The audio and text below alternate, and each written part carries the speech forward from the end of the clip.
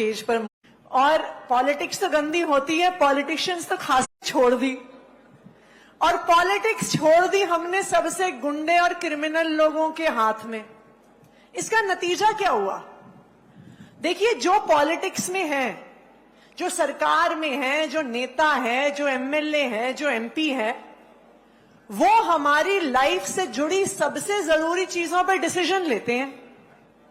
अच्छी एजुकेशन मिलेगी कि नहीं मिलेगी, स्कूल कैसे होंगे, कॉलेज कैसे होंगे, कॉलेज की पढ़ाई खत्म करने के बाद जॉब मिलेगी कि नहीं मिलेगी, मेरे घर वाले बीमार हो जाएं तो मेरे पास उनका इलाज कराने के लिए साधन होगा कि नहीं होगा, हम जब घर से बाहर निकलते हैं हम सेफ होंगे कि नहीं होंगे। इन सब चीजों पे निर्णय कौन लेता है? पॉलिटिशियंस ही लेते हैं ना।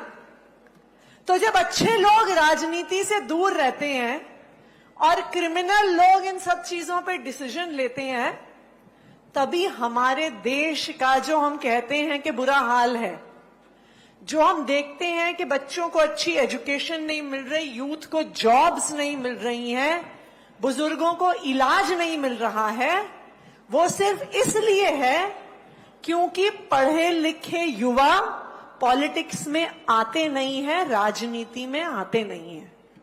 आप लोग तो सब भगत सिंह की जमीन से आते हैं, भगत सिंह की मिट्टी है पंजाब के रग रग में, पंजाब के लोगों में। तो अगर हमें लगता है कि हमें कुछ बदलाव करना है तो हमें पॉलिटिक्स में आना भी पड़ेगा और पॉलिटिक्स को बदलना भी पड़ेगा। जब आम आदमी पार्टी की शुरुआत हुई थी, हम लोग भी आप लोगों जैसे ही थे, हम भी ऐसे ही पढ़े लिखे घर के बच्चे थे जो निकल आए थे कि जी अन्ना आंदोलन के साथ कार्यकर्ता बनना है, आम आदमी पार्टी के साथ वॉलंटियर बनना है। हमने कभी नहीं सोचा था। मैं तो एक बहुत सामान्य परिवार के मिडिल क्लास परिवार से आती हूं। मेरे दोनों पेरेंट्स दिल्ली यूनिवर्सिटी में प्रोफेसर थे। ना मेरे पिताजी कोई मंत्री, ना मेरे नाना जी कोई गवर्नर। हम तो बहुत सामान्य मिडिल क्लास परिवार से राजनीति में आए, और ये सिर्फ आम आदमी पार्टी में ही संभव था कि पढ़े लिखे सामान्य परिवार से आए हुए यूथ एमएलए भी बने, मंत्री भी बने और मुख्यमंत्री तक बन गए। ये सिर्फ आम आदमी पार्टी में पॉसिबल था। मैं सोचती हूं, जब ये पार्टी की शुरुआत हुई थी 2012-13 में, मैं एक सामान्य वॉलंटियर थी पार्टी की, लेकिन क्योंकि ये एक युवाओं की पार्टी है, कुछ करने वालों की पार्टी है, इसलिए ऐसी जगह है जहां पे युवाओं को काम करने का हमेशा मौका मिला है। ये एक ऐसी पार्टी है, और जो दोनों सरकारें आम आदमी पार्टी ने बनाई, चाहे दिल्ली की सरकार हो चाहे अब पंजाब की सरकार हो, उसने हमेशा ऐसे मुद्दों पे काम किया है जो यूथ के लिए सबसे इंपॉर्टेंट है। सबसे पहला एजुकेशन, शिक्षा। अगर हमें अच्छी एजुकेशन नहीं मिलेगी तो हम लाइफ में आगे कैसे बढ़ेंगे? अब हर परिवार के पास तो पैसे नहीं होते हैं कि वो महंगे प्राइवेट स्कूलों में बच्चों को पढ़ा सकें, उसके बाद महंगे प्राइवेट कॉलेज में उनकी आगे की पढ़ाई करवा सकें। एक सामान्य परिवार से आने वाला बच्चा, एक सामान्य परिवार से आने वाले युवा को भी अच्छी शिक्षा का अधिकार है कि नहीं है? अगर ये अधिकार देश में किसी पार्टी ने दिया है तो वो आम आदमी पार्टी ने दिया है, चाहे दिल्ली की सरकार के 10 साल के काम हो या भगवंत मान जी की पंजाब की सरकार हो कि उसने जो 3 साल में काम करके दिखाए हैं। मैं खुद जानती हूं, पंजाब जाना जाता था कि सरकारी नौकरी पैसे दिए बिना नहीं मिलती है, सिफारिश के बिना नहीं मिलती है, कि जब तक आप किसी को जानते नहीं हो, आपकी पहुंच नहीं है, आपके पास पैसा नहीं है, कोई सरकारी नौकरी मिलने वाली नहीं है। लेकिन पिछले 3 साल में, जब से पंजाब में भगवंत मान जी की सरकार बनी है, 55,000 सरकारी नौकरियां भगवंत मान जी ने पंजाब के युवाओं को दी हैं। बिना भ्रष्टाचार के दिए, बिना एक पैसा खर्च किए हुए दिए। हमें कुछ यूथ मिले थे जिनको टीचर्स की नौकरी मिली। वो बता रहे थे कि जिस दिन हमारे पास खबर आई, हमारा लिस्ट में नाम आया, हमें विश्वास नहीं हुआ। कहते हैं हमारे पास ना पैसा था ना सिफारिश थी, हम सिर्फ एग्जाम देके आ गए और हमारे घर में सिलेक्शन की चिट्ठी आ गई। हमने ऐसा पंजाब कभी नहीं देखा जो भगवंत मान जी की सरकार में हुआ है, आम आदमी पार्टी की सरकार में हुआ है। आप देखिए, पुरानी सरकारों ने नशे का कारोबार किया। ऐसा थोड़ी हो सकता है कि इतना बड़ा नशे का कारोबार खड़ा हो गया बिना नेताओं के आशीर्वाद के, बिना उनके पास पैसे पहुंचे, बिना उनकी पूरी सांठ गांठ के साथ। अगर पंजाब के युवाओं के सामने, और आपके बहुत सारे ऐसे दोस्त भी होंगे, बहुत परिवार वाले भी होंगे, अगर कोई सबसे बड़ी समस्या रही है पंजाब के युवाओं के सामने, वो नशे की समस्या रही है कि हर गली मोहल्ले में चिट्टा बिकता है। पंजाब के युवा जो पहले क्रांति के लिए जाने जाते थे, आज नशे के लिए जाने जाते हैं। लेकिन अगर किसी एक सरकार ने नशे के विरुद्ध युद्ध छेड़ा है तो वो आम आदमी पार्टी की सरकार ने छेड़ा है, भगवंत मान जी की सरकार ने छेड़ा है।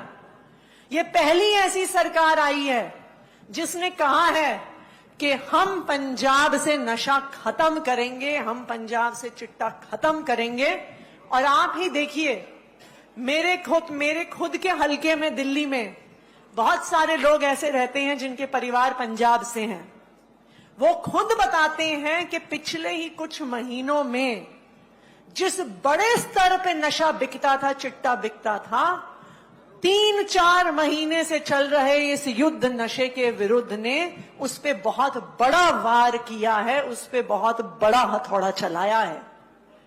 और इस सब में अगर किसी का कोई सबसे बड़ा हाथ है तो आप लोगों के साथ का है। कोई भी सरकार तभी काम कर सकती है जब लोग उनके साथ हों, जब लोगों का सपोर्ट उन्हें मिले। युद्ध नशे के विरुद्ध सरकार क्यों लड़ पा रही है? क्योंकि युवा हमारे साथ हैं। क्यों सरकार शिक्षा में, नौकरियों में परिवर्तन लेके आ रही है? क्योंकि युवा हमारे साथ हैं। एक बहुत बड़ी पहल यहां पे हमारे गोल्डी भाई बैठे हुए हैं, यूथ क्लब्स की हो रही है कि यूथ क्लब्स के माध्यम से युवाओं को जोड़ा जाए और इन यूथ क्लब्स के माध्यम से उनको स्टार्टअप से बिजनेसेस शुरू करने का एक मौका दिया जाए। मुझे पूरा भरोसा है कि आने वाले कुछ समय में हम जल्द आपके यूथ क्लब से आने वाले इन स्टार्टअप्स के परिणाम देखेंगे। पंजाब में युवाओं के लिए हर हलके में स्टेडियम्स भी बनाए जा रहे हैं। देखिए, ये सब क्यों संभव हो पाया? ये इसलिए संभव हो पाया क्योंकि आम आदमी पार्टी में पढ़े लिखे यंग लोग राजनीति में आए, वरना इतने बदलाव संभव नहीं थे। देखिए, 2 तरह के लोग होते हैं जो राजनीति में आते हैं। एक जो राजनीति करने आते हैं, पैसे से सत्ता से पैसा कमाने आते हैं। दूसरी तरह के लोग होते हैं जो राजनीति में काम करने आते हैं, बदलाव करने आते हैं। आज लुधियाना वेस्ट के इस बाई इलेक्शन में भी हमें ऐसे ही एक काम करने वाले व्यक्ति को सपोर्ट करने का मौका है। आप देखिए, अभी 3 दिन में चुनाव है। 2 लोग आमने सामने चुनाव लड़ रहे हैं। एक तरफ यहां पे 10 साल से एमएलए रहे, मैं ये लुधियाना के इस चुनाव में दूसरी बार आई हूं। एक ही चीज उनके बारे में बार बार सुनने को मिलती है, बहुत अहंकारी हैं, बहुत बदतमीज हैं, बहुत गाली गलौज करते हैं। बताइए, सही कह रही हूं गलत कह रही हूं? उनके कई वीडियो भी ऐसे वायरल हुए हैं, ये भी मैंने सुना है। देखिए, अभी चुनाव का समय है तो सब लोग आते हैं, हाथ मिलाते हैं, गले मिलते हैं, प्यार से बात करते हैं। लेकिन सब जानते हैं, सबने इनका, जब वो काउंसलर थे, जब वो एमएलए थे, जब उनके चेले को उन्होंने मेयर बनाया हुआ था, सब जानते हैं कि उनका व्यवहार कैसा था।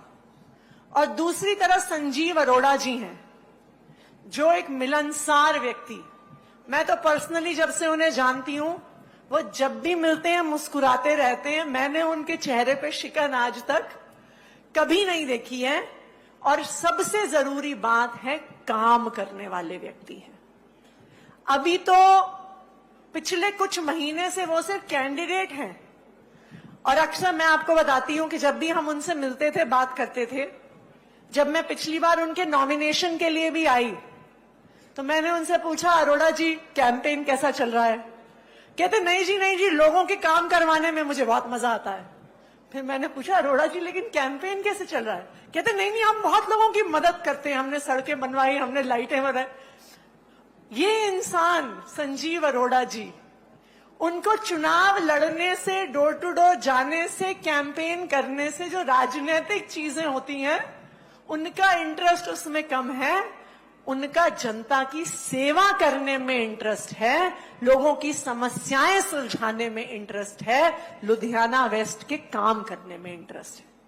मुझे याद है एक दो साल पहले एक दिल्ली में ही शायद रहने वाला बच्चा था, अब मुझे याद नहीं वो बच्चा कहाँ का था, एक कनव जांगड़ा करके एक 2 साल के बच्चे का एक मेडिकल केस सामने आया था। एक सामान्य परिवार से वो बच्चा, जिसको एक स्पाइनल मस्कुलर एट्रोफी करके एक बीमारी निकली, और वो बीमारी इतनी सीरियस थी कि उसका दुनिया में एक ही इलाज था, जीन थेरेपी का कोई इंजेक्शन लगना था, जो 16 करोड़ का आना था। 16 करोड़। आप सोचिए, अपने परिवार में किसी बच्चे को ऐसी बीमारी हो जाए तो मतलब इंसान तो परेशान होकर ही खत्म हो जाए कि एक सामान्य परिवार कहां से इतने पैसे लेके आएगा। संजीव अरोड़ा जी इस परिवार को जानते नहीं थे। उन्होंने न्यूज़पेपर में या सोशल मीडिया में इस बच्चे के बारे में पढ़ा, इसकी बीमारी के बारे में पढ़ा। उन्होंने उस परिवार को अपने पास बुलाया और संजीव अरोड़ा जी ने एक क्राउड फंडिंग कैंपेन शुरू किया उस बच्चे के इलाज के लिए 16 करोड़ रुपए इकट्ठे करने का। उन्होंने खुद भी चंदा दिया, अपने बहुत सारे जानकार बिजनेसमैन, इंडस्ट्रियलिस्ट से भी चंदा दिलवाया। वो बॉम्बे तक पहुंच गए बड़े बड़े एक्टर्स, फिल्म स्टार्स से पैसे मांगने के लिए। उन्होंने मीडिया में, सोशल मीडिया में, सब में कैंपेन किया।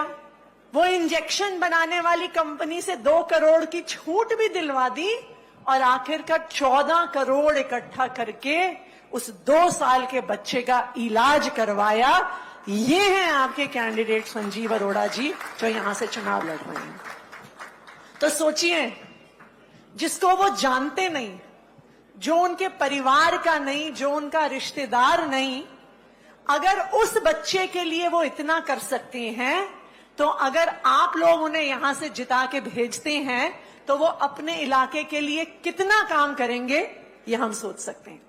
तो मेरी आप लोगों से यही अपील रहेगी कि चुनाव के लिए आखिरी 2 दिन बचे हैं।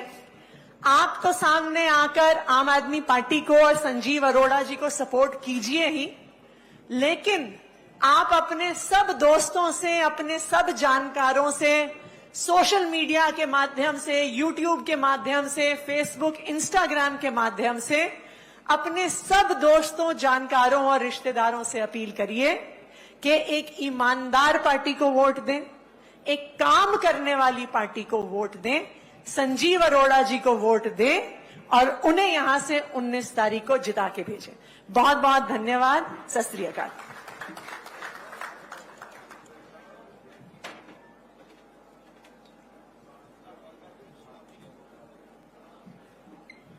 बहुत बहुत धन्यवाद अतिशी मैम, बड़े ही विस्तार नाल तुसीं साडे यूथ नूं मोटिवेट कीता।